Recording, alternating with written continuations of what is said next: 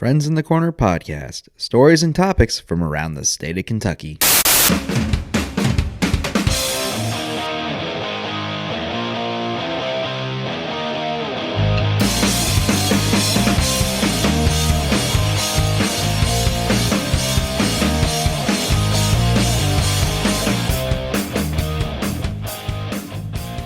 Well, we want to welcome everybody into a special edition of Friends in the Corner podcast here today. Maybe a little bit more of a sombering episode than what we've previously done on past ones. For those of you who have maybe been living under a rock for the last couple of weeks, maybe you've heard the tragic news, but on January 26, 2020, we all learned of the sad news that NBA legend Kobe Bryant was killed in a helicopter crash that also took the life of his daughter Gianna and 7 others. And what I wanted to do is just do a bit of a tribute episode to Kobe Bryant, because beyond just even his sport, it was a pop culture icon. It's one of those moments where you say, where were you when this happened type of deal, and wanted to bring on a few people to kind of share their thoughts on the matter as well. So happy to have this panel with us here today. So I want to introduce them one by one. First, returning to the show, BBN Chalk Talk host Max Godby. Max, how you doing today? I'm doing great, Dan. Thank you for having me. No problem. Also returning to the show for another round here, Adam Banks from Off the Cuff. Adam, how are you doing today? Doing good. Thanks for having me, Dan. Happy to be here. Yeah, and finally, a new voice to the show, but hopefully not a stranger that hopefully I'll have on a little bit more here. One of my colleagues at Castle and Key Distillery, Greg Watson. Greg, how are you doing today? I'm doing quite well, man. Thanks for having me on the show. Yeah, and I gotta say it's a little fitting, I guess, to have Greg on the show here specifically because Greg was the one that broke the news to me that Kobe Bryant's passing. Both him and I are tour guides at Castle and Key Distillery, and I was in the middle of a tour when the news started happening. And as soon as I got done with the tour, we have a meeting space that we go into pretty much as soon as we finish up tours. And as soon as I got out, Greg came up and talked me on the shoulder. He's like, "Hey, just so you know, before anybody else tells you, Kobe Bryant died."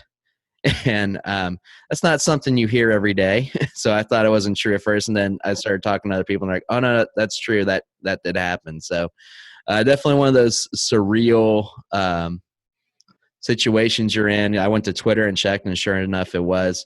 So that's what I want to first ask you guys here is, well, where were you? Where were all you guys at when you found out about the news of Kobe Bryant's passing? Well, like you, Dan, I was also at work. Mm-hmm. Was working the bar actually, and while I was serving a couple of guests, they started looking at their phones, and they fell silent for a couple minutes before then sharing the news with me that Kobe Bryant had in fact passed. And when they told me, I didn't believe it. And I tend to not get my phone out while I'm at work, but upon hearing this news, the only thing I could do was take to the internet to check if it was in fact true, and lo and behold, it was. Was pretty shell-shocked for a couple minutes. And the only thing I could think to do is come to the other person at Castle and Key that I know would care as much about this news, which was you. And yeah, it was quite the sombering experience, and definitely put a damper on the entire day, to say the least. Yeah. It was definitely surreal, one of those moments. What about Adam? Where were you at when you heard the news? Well, I was sorry about that. Got some dogs around me. I was watching my show like I do every Sunday, Shameless, and I was with a friend, and I was on Facebook just scrolling, and I saw a post on Facebook, and it said, "Kobe Bryant can't really be dead, Kenny." And then right when I read that, my friend, I heard her say, "Oh my God." And then when I heard her say that, I knew that it was probably real. She was saying, "Oh my God," to the same thing that I just saw. And then I just looked at her and I said, "Kobe Bryant." And she said, "Died in a helicopter crash." I said, "Oh my God." So that's how I heard it. And when I read it, I mean, I literally, it stopped me in my tracks. Like I was like frozen for 10 minutes, just flipping through things, trying to figure out if it was real, if it was fake, because, you know, you hear, unfortunately, of fake death hoax all the time. And I just thought that was just another death hoax because Kobe Bryant can't die. That's what I was thinking to myself. The Mamba, the big black Mamba can't die. Mm-hmm. He's a god amongst men. Yes. Yeah. Matt, what about you, Max? Where were you when you heard the news? For me, we had just gotten home from church, and I was starting to make lunch, and I looked at Twitter like I usually do, just catching up, and the big headline, Kobe Bryant dead at age 41. And I laughed. I was like, okay, someone really messed up on this one. And I put it up. And I went back to making lunch thinking it was nothing. I was like, there's no way that happened. And, of course, I start getting texts rolling in. You hear about Kobe. And then you find out that's real. Not only is it real, but then all of a sudden you hear his entire family was on it. All of a sudden Rick Fox was on the helicopter as well, supposedly. And, I mean, it just kind of just went from, yeah, there's no way to that stop moment.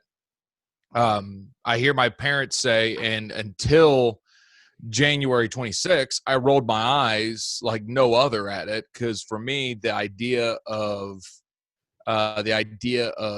knowing exactly where you were when a celebrity died, I always scoffed at, because I was like, okay, not that death is someone's world's just absolutely changed and loved ones absolutely changed, but it was just like, it really has no effect on me. Michael Jackson, Prince, for my parents, it was John Lennon. It was just like, oh, okay, that's kind of a fragile personality or an attitude towards it. But I will always remember that exact moment when I heard about Kobe, because Kobe was truly a giant and someone that transcended humanly form. He was a guy that was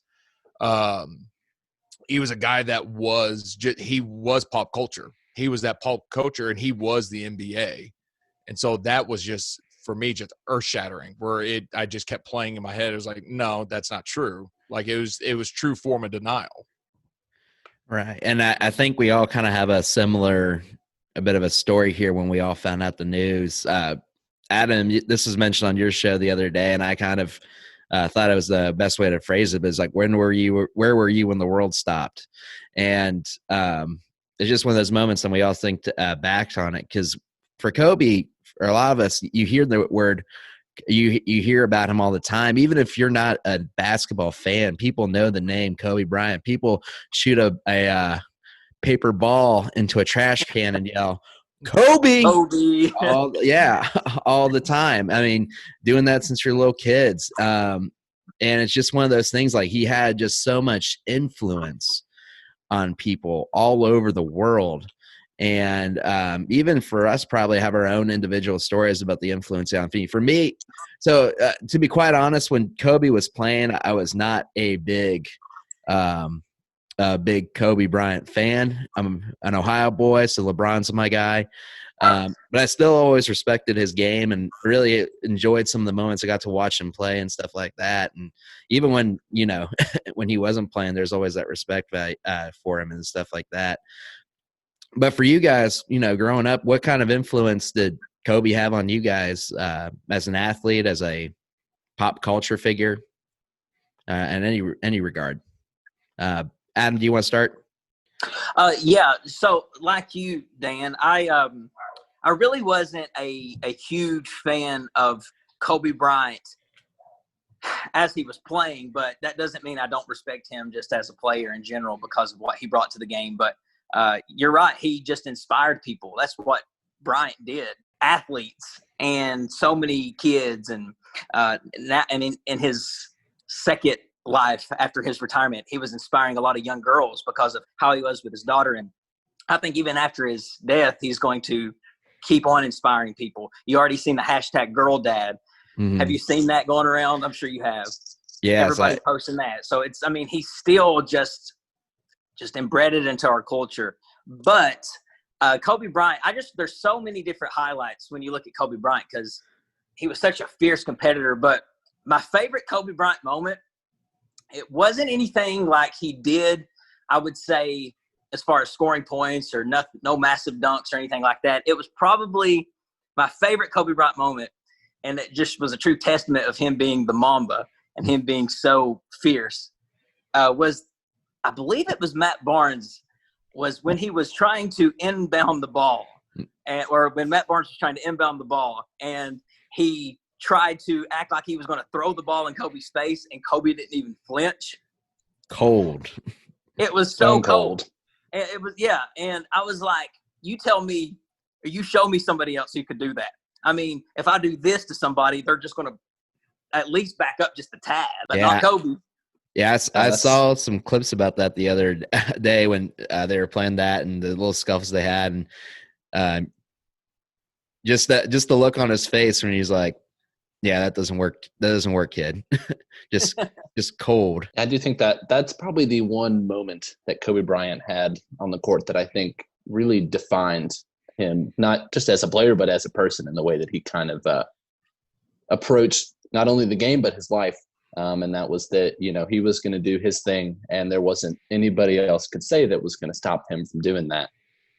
He went out and he competed day in and day out. You talk about the Mamba mentality. He approached life no holds bars. He was getting after it day in and day out, on the court, in his personal life, with his kids, doing work with nonprofit organizations, giving back to the community. He had a way about him that's inspired generations after generations, and will continue to inspire people. Myself, was never a big NBA basketball fan growing up, mostly just Kentucky basketball, but always watching when it came time for the playoffs and finals like that. And, year in and year out, watching Kobe Bryant and the Lakers going toe-to-toe with everyone in the game. It was a real treat to watch. And then to see what he did after he left basketball. He made that animated film that won him an Oscar.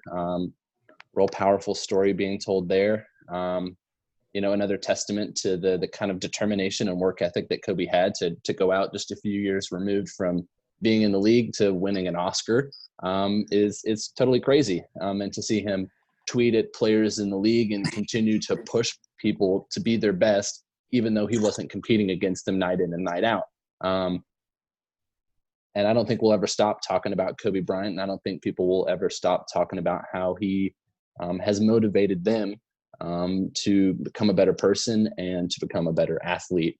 I think that we will always remember Kobe for that more than anything else. Max, what about you? Growing up, especially, I want to hear from you as an athlete. You played at your sport, which wasn't basketball, but still your sport at a very high level. So when we talk about that Mamba mentality and we talk about Kobe Bryant, what kind of influence did he have on you personally and as an athlete? The biggest thing that I learned so much from Kobe as a college athlete through his mentality around teammates, and then his mentality on the court, or for me on the field, that treating your game like, and it's not a life or death, but treating it as, because you're dealing with wins and losses, you're dealing with a positive play or a negative play. And when you see something negative or something that can possibly be cancerous on a field, you correct it sternly, and you correct it with vigor. When I was playing center, if a guy on the offensive line messed up, the entire line messed up, and we all looked bad. And so if someone was out of line, you corrected it very quickly, and you corrected it aggressively. And it sometimes doesn't have the right tone as what people outside of the sport or outside of that kind of environment would have thought. But that's how Kobe was. If you weren't a guy that was team first, you weren't a guy that was going to help him or help put food on the table for his family, he was out to get you if you weren't of that mindset. And that was something that I really took away from him. And then also the way that he played, the aggressive style that he played, but yet so many people still respected him that played against him, because of the way that he played. He carried himself completely different off the court than he did on the court. And he was able to separate the two extremely well. And that was something that I tried to do when I was playing football, was separate myself from on the field versus off the field.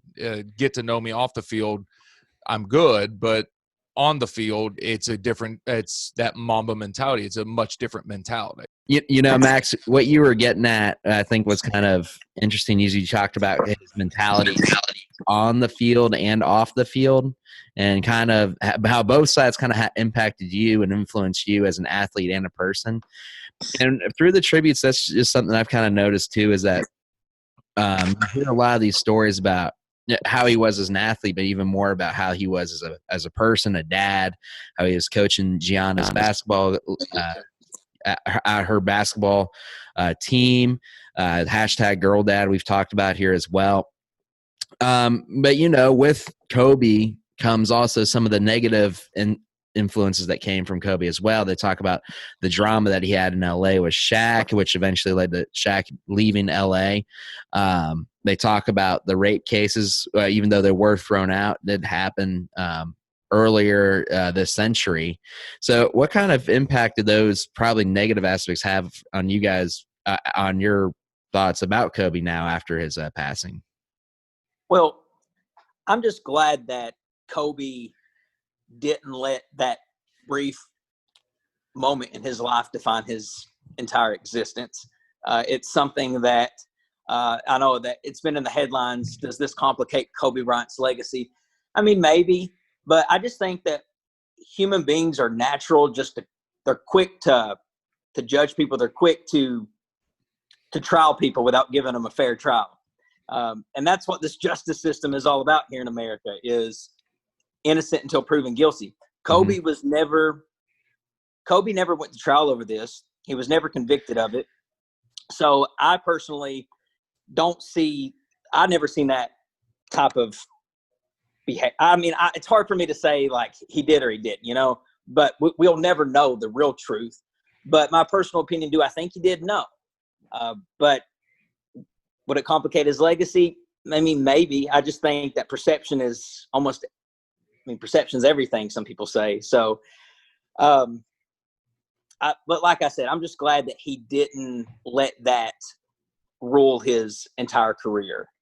You don't really hear much about it anymore. You hear about it now because Kobe's been in the news, but when's the last time you heard about that being associated with Kobe Bryant when people are talking about Kobe Bryant? I agree with you there. Yeah, a couple people since he passed have said some interesting things. A principal in Washington State actually posted on Facebook shortly after this. She said, "Not going to lie, seems to me that karma caught up with the rapist today," which just kind of shows that some people out there are not willing to forget, even though the criminal case was dropped by the prosecution, and then it was settled out of court. Kobe did issue a public apology to the woman who had been accusing him, not admitting any guilt, but apologizing for anything that he had caused, any sort of what's the word I'm looking for here? Any complications to her life that he had caused unnecessarily. He apologized for, but said that this is not something that I am going to continue to worry about. I have a career ahead of me. And he moved on from that. And I think the rest of us need to move along with him. We cannot, any of us, prove one way or another what actually happened. And the details are extremely muddled. And I could go very into depth on this, but I won't. But that's not something that I think is going to continue to define Kobe. I think it's something that we'll continue to talk about because nobody's perfect. And it's important to remember that. But what's more important that came from this situation is to see that the way that he has continued to love his wife, who he has been with since high school, and the children that he has raised. He obviously was very committed, still is to this day, I imagine, committed to his family and being a good person. So I don't think that will continue to sort of mark his career in any capacity or change the way that many of us see Kobe Bryant, both as a person and a basketball player. So, and you know what they say, Dan? They say there's three sides to every story: what he said, what she said, and what really happened. Exactly. And also, not that this really justifies a whole lot if anything happened, but he was 21 years old at the time. And I think we can all attest, when we were all 21, we were pretty damn dumb. Dumb. Yeah. But and there's a difference between. I can say I've come a long way. So yeah, you're 24. I'm still doing dumb. What are we talking about? Yeah. But there's a difference between 21-year-old Kobe and 41-year-old Kobe, and kind of the influence they both had. Yes. Go ahead. After that, he had to miss multiple world basketball events. He didn't get to go to the Olympics 1 year due to this. So, in a lot of ways, he kind of paid for anything that may have happened. So, I think it's something that we all need to kind of move along with. And, at the end of the day, nobody can say what actually happened. So. One thing I think of because the second part comes up of it tonight, and it's the 30 for 30 on Michael Vick. And the amount of grace and willingness to change from Michael Vick to really change his entire perspective, change his entire life, and change his brand to where he was known as this top quarterback, and then all of a sudden he has all this happen, be able to rise from the ashes, be a supporting role for several teams, to be a leadership guy and a guy that's able to lead a quarterback room. It can be done. And I think Kobe did a great job of that as well, of being able to walk through it. And this showed, and not to get even more morbid on a memoriam of Kobe, but it just really showed that despite all the great things that Kobe's done, despite what he's done for the game, the impact he's had in our lives, the impact that he's made off the court since his retirement, winning an Oscar for his short story, all that within 30 minutes, the man's body's not even cold yet, and we're bringing up stuff and just trying to cancel culture a dead man.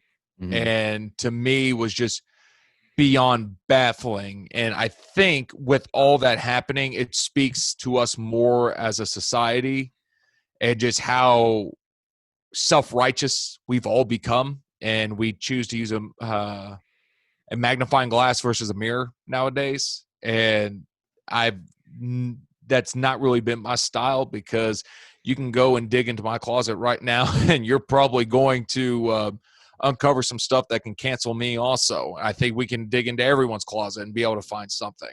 And I think the people that do that are the ones that have the most to hide, and the ones that are just truly just miserable in life. So we as a society are quick to judge people in the court of public opinion. And I think that all of us can agree that, we don't want to be put in that position ourselves. But, it makes us feel powerful to sit here and judge people without walking in their shoes and knowing what they've been through, because nobody's perfect. But that is kind of the way that society is trending. And I think that what you brought up about Michael Vick was really important.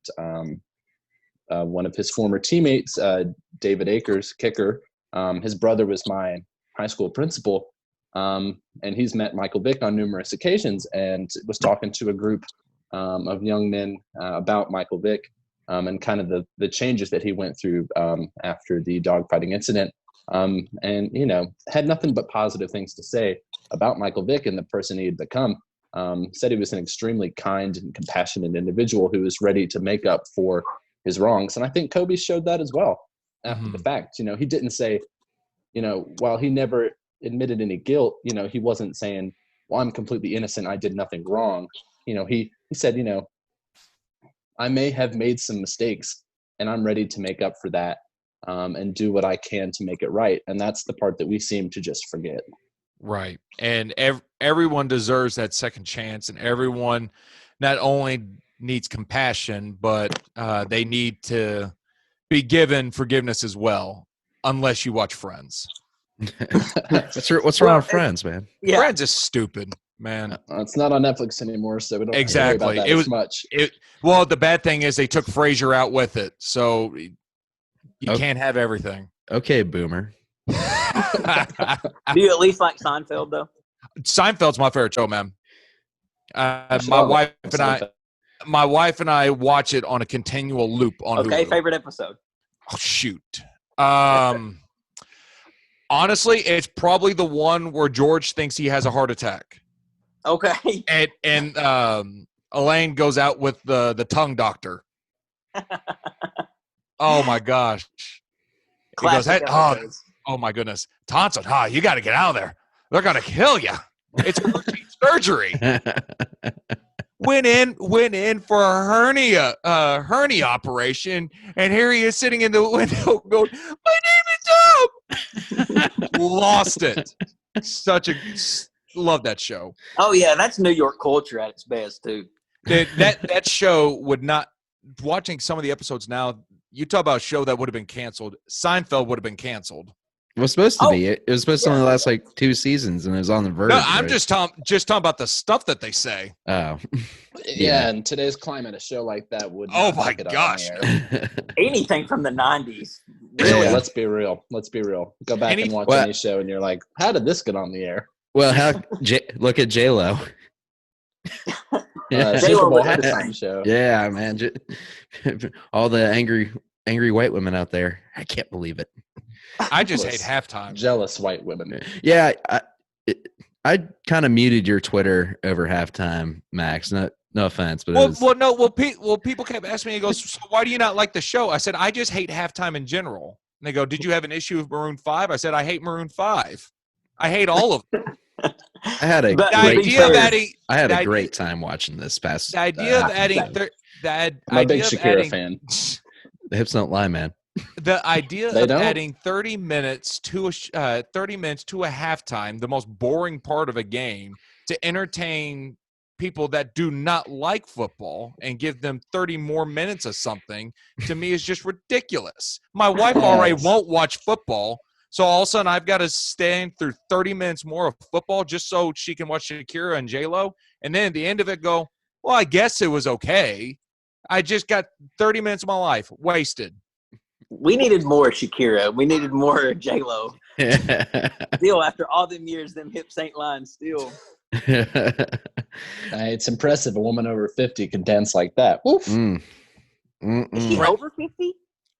Yeah, 50. J-Lo is 50, and 50. Shakira's 43. Shakira's, yeah, there you go.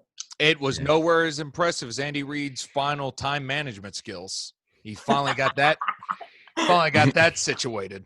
I've never seen a man more happy to get a fast food buffet from Donald Trump.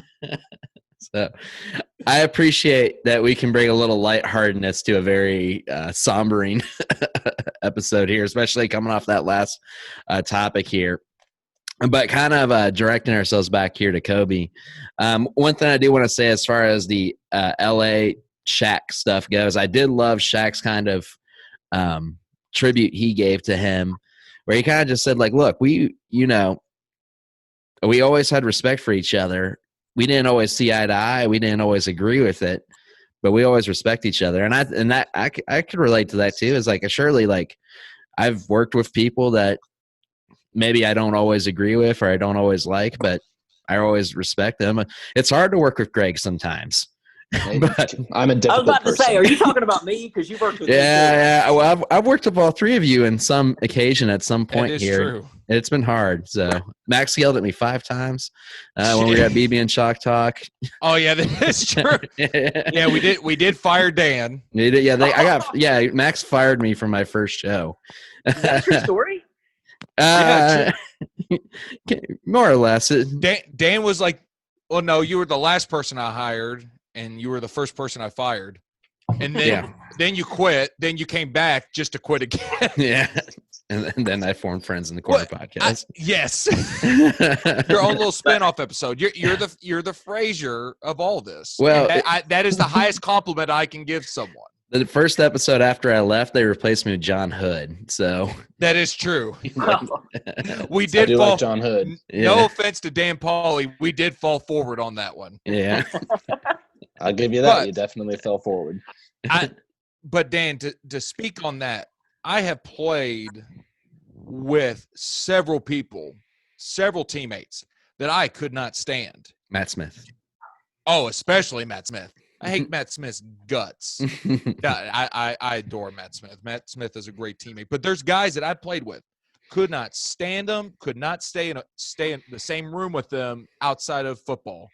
But oh my goodness, the way that they were able to either command a huddle, the craft, the dedication they had to the sport, I had so much respect for, and those were guys I'd be willing to run through a building for. A fiery building for, was just that mentality that they had. And you can play alongside someone that you can't stand, but when you've got that respect of their craft, it makes it so much not easier, but you know that someone that one is not only going to make you better, but this is going to be a guy that's going to get you W's. This is going to be a guy that gets you trophies. And I think that's what Shaq and Kobe realized about each other. I think that's what a lot of people felt about Kobe Bryant.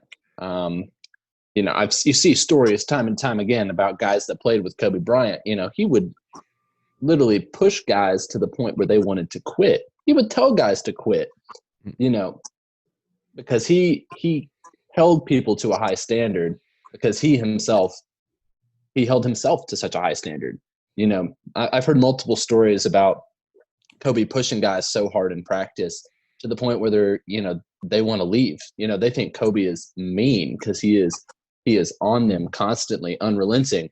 And for Kobe, it was never, well, I didn't like that guy. It was just, I saw more potential in him than he was given. I thought that they weren't given their all in practice, because Kobe's mentality has always been, you want to play practice like it's a game. If you're going 100% in games, you should be going 115% in practice. That's where he wanted to put in the most work. I saw one tribute from a guy that said he came to play a road game in LA, came into the gym early to practice. Kobe Bryant was already in there. He went in, practiced for hour and a half, 2 hours, something along those lines. Finished his workout, and Kobe was still going. Well, it comes to find out later that Kobe said, I wasn't planning to be in there that long, but I saw him coming to the gym, and I knew that I couldn't leave until he had left, because I needed him to know that no matter how hard he worked, I was going to work even harder. I would say that if you was to go back and ask Kobe's teammates when he was playing with them, a lot of them didn't like him. A lot of them probably didn't like him. And they probably respected him because he was so good at what he did. And I'm just going to throw this out there. I don't know this to be a fact or not about Shaq and Kobe. I don't know what their relationship was like. I'm taking it just by listening to Shaq that he's got a lot he's carrying right now. And I'm thinking that Shaq and Kobe probably did not speak a lot. They probably was not friends. They probably loved each other, cared for each other, but from a distance. Because when you got two competitors that are at the top of their craft, they're going to butt heads. And they were at the top of their craft. Quite possibly both in the top 5, Shaq and Kobe, of greatest of all time. And quite possibly the 2 greatest Lakers of all time, aside from Magic Johnson. But when you got 2 people at the same time in the same era that are so good, that probably caused a lot of friction, but they still had respect. But yeah, I don't know what their relationship was like. I heard him say something like the last time he spoke to Kobe was when he told him to score 50 and he went out and scored 60. Right. I mean, that was like 5 years ago. Mm-hmm. I hate to bring up other athletes talking about Kobe, but someone that was like that 100%, and not a lot of people know that, was Peyton Manning. Peyton Manning was like that when it came to, if guys weren't on his level, if guys weren't competing at his level or preparing the way that he does, he went to Jim Irsay and said, you need to cut him. And Jim Irsay would cut him. Peyton Manning's word was law. I've had two teammates that have played with Peyton, and I always enjoyed watching Peyton Manning play. And I asked the stupid question, is he nice? He said, it depends on what your version of nice is. Is it Peyton Manning nationwide insurance nice, or is it Peyton Manning the quarterback nice? Because those are two very different things. He would make receivers cry. Yeah. He would make them run a route over and over and literally stop practice until that receiver ran the route right. Yeah, well, the example I remember, I'm trying to remember his name. I remember hearing the story about how Peyton, during a game, there was one route he was supposed to do, and he didn't do, and the wide receiver didn't do that. So he just pointed at him, and he said, go sit down. And the coach came up to him, and he's like, what are you doing? He's like, I think Peyton kicked me out of the game. He's like, well, go back in. And Peyton pointed back at him and go, no, you sit down. Yeah. You're done. Sit down now, son. Jacob Tammy said that so many times, because he played with him both at Denver and and with the Colts. And when the play would come in, 95% of the time, Peyton would go next one or next play. You're like, no, I don't like that one. Next play. And then he constantly would just check the play at the line of scrimmage. It was just like, that had to be the easiest job to be an offensive coordinator for Peyton Manning. Because you just finally just go, power right. Nope. Okay. All right. Hail Mary. I mean, just start making up stuff.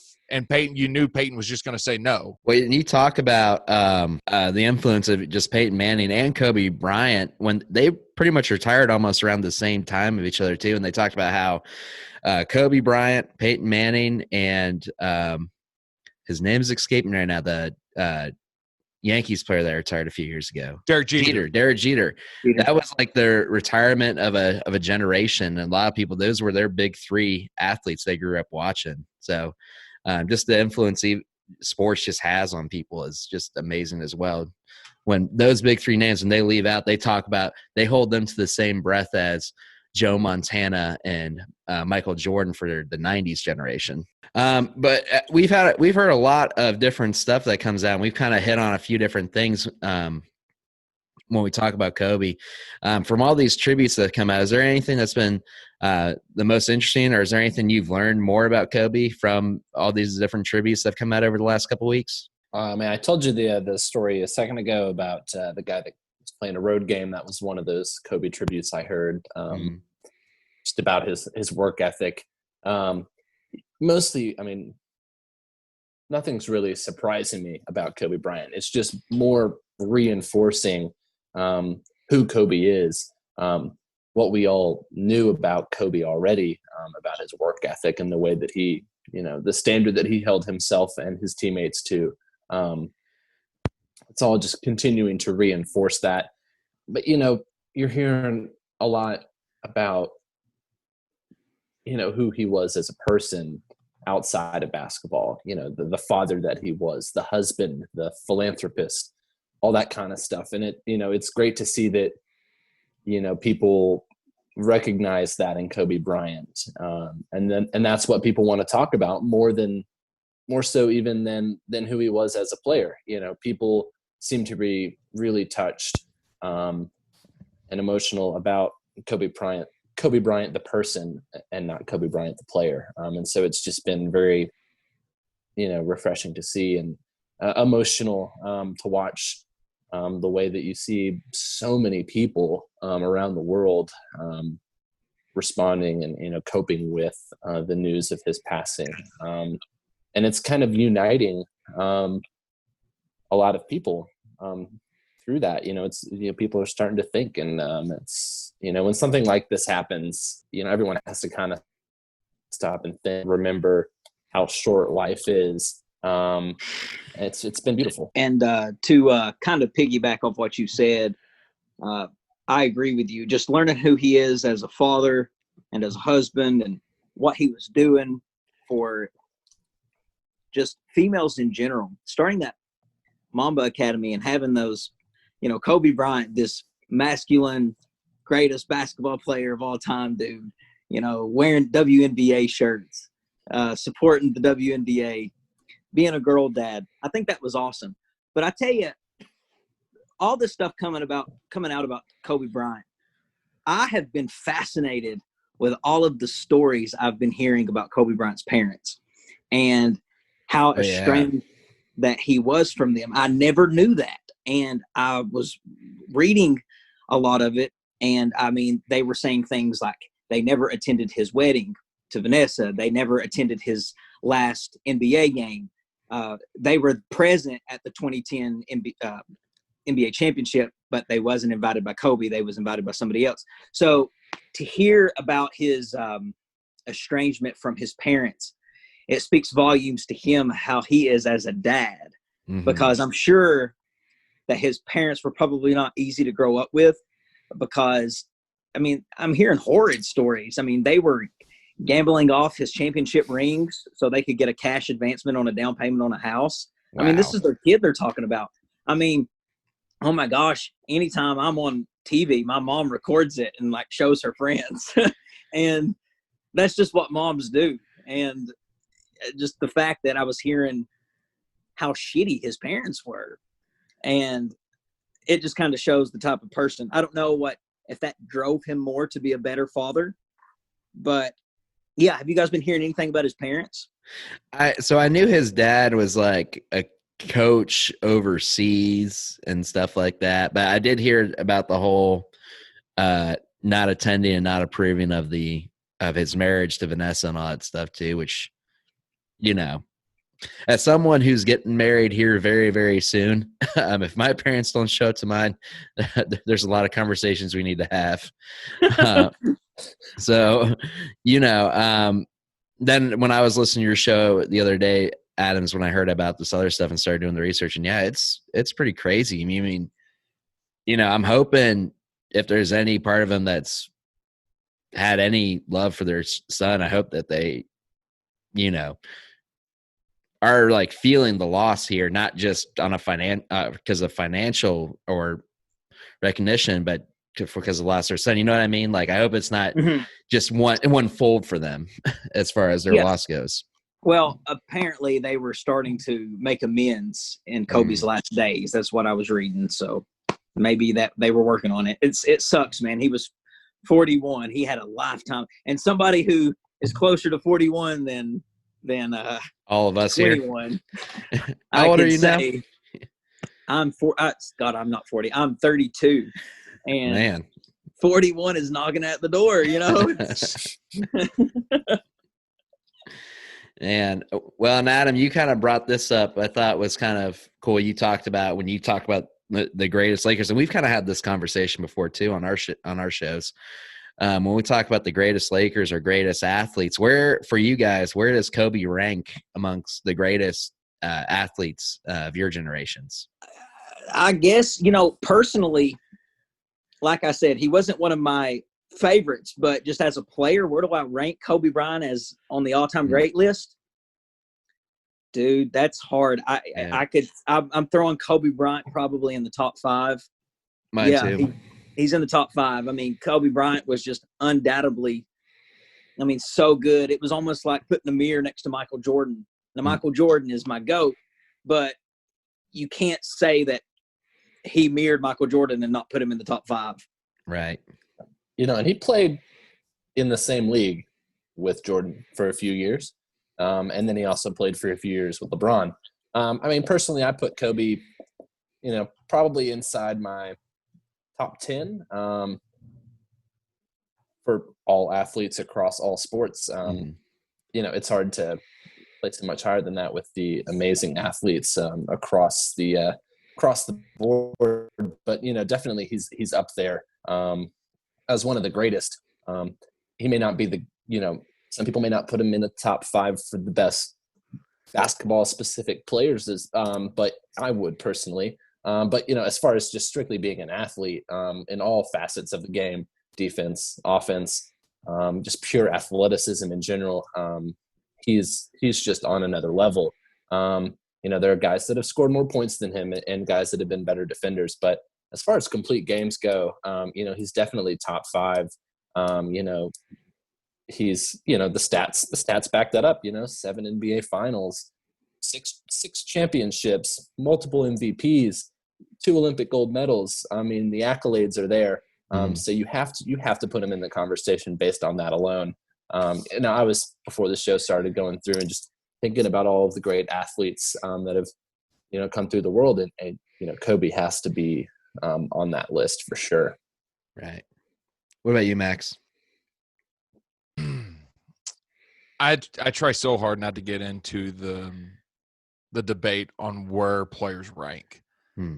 Because my biggest thing is just enjoying what you have and enjoying getting to watch that greatness.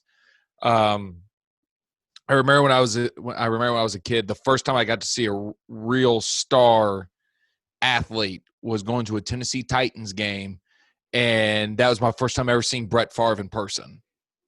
And that for me was just a surreal moment, and just appreciating, because there's so many I think the only argument you could say of define the best athlete of their sport of all time is probably only Secretariat. That's probably the only one, because that one's really easy, because it's just a horse running around a track on a timer. That one's easy to judge.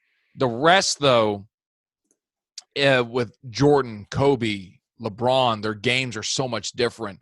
Brady, Montana, Marino, Manning, Favre, the games are just so much different, but they brought so many different attributes to it. And what they've been able to do across the kind of the 3 lifetimes of Jordan, Kobe, and LeBron, what they've been able to bring to the game has been something that's been unreal. So for me, it's not a cop-out of, I don't want to pick one, but I truly just try to just enjoy seeing greatness when I see it. I agree with you there.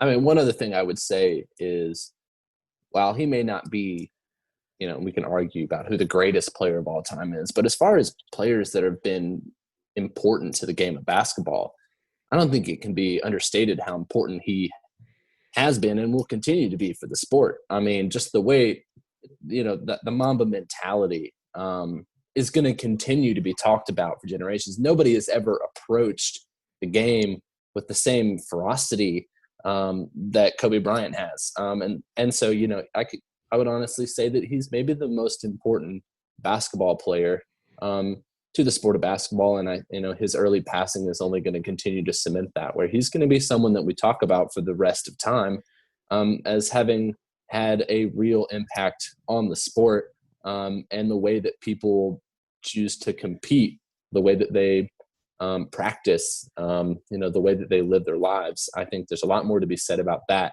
than just about his pure talent. I agree. And I mean, he's big enough that we've been able to make a show about him. And guys, so we're a little under 5 minutes left, but before we get going here, I want to say thank you each to giving your time to talk about Kobe. And I'd just love to even just give you guys a little bit of time to promote yourselves. Max and Adam, if you guys want to promote your shows. So tell my listeners where they can find all of you guys on social media. Max, you first. They can find me on Twitter at ohmygodby64. Find me on BBN Chalk Talk, and you can follow that at BBN Chalk Talk. And then tune in anytime on 97.3 FM WVOK. And you can also hear me on either Cruiser Show, Jack Petty in the Morning Show, or Larry Glover Live. And this is kind of my dormant time because I don't talk a lot of orange round ball. I talk more oval pigskin. So you'll hear more of me once June and July roll around. Thank you, Max. What about you, Adam? Well, I am working on making one social media handle because in the meantime, you can follow my radio show, Off the Cuff, on Facebook at Off the Cuff with Adam Banks. You can listen on Thursdays from 4 to 5 on WLXU 93.9 FM. And you could listen to our podcast. We post podcast every Friday. That's on all podcast platforms. And you can also catch me on Midday Kentucky on Monday and Tuesday at ABC 36 at 12:30. All right. And what about you, Greg? Well, you can find me on all social media channels at the Greg Watson. Bit out of the game right now. Did a lot of radio back in college, but at this point in time, not much out there. But hopefully, you'll be seeing me more here on Friends in the Corner podcast. But other than that, I'd love to hear from you guys. Like I said, you can follow me, the Greg Watson. Come on off the cuff, Greg. You too, Max. Awesome. I'd love to come hang out with any of you guys. So you just let me know. You can find me through Dan or however you like. So, or come do a tour of us at Castle and Key.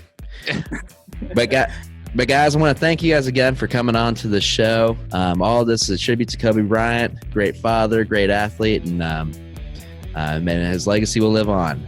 Mamba out.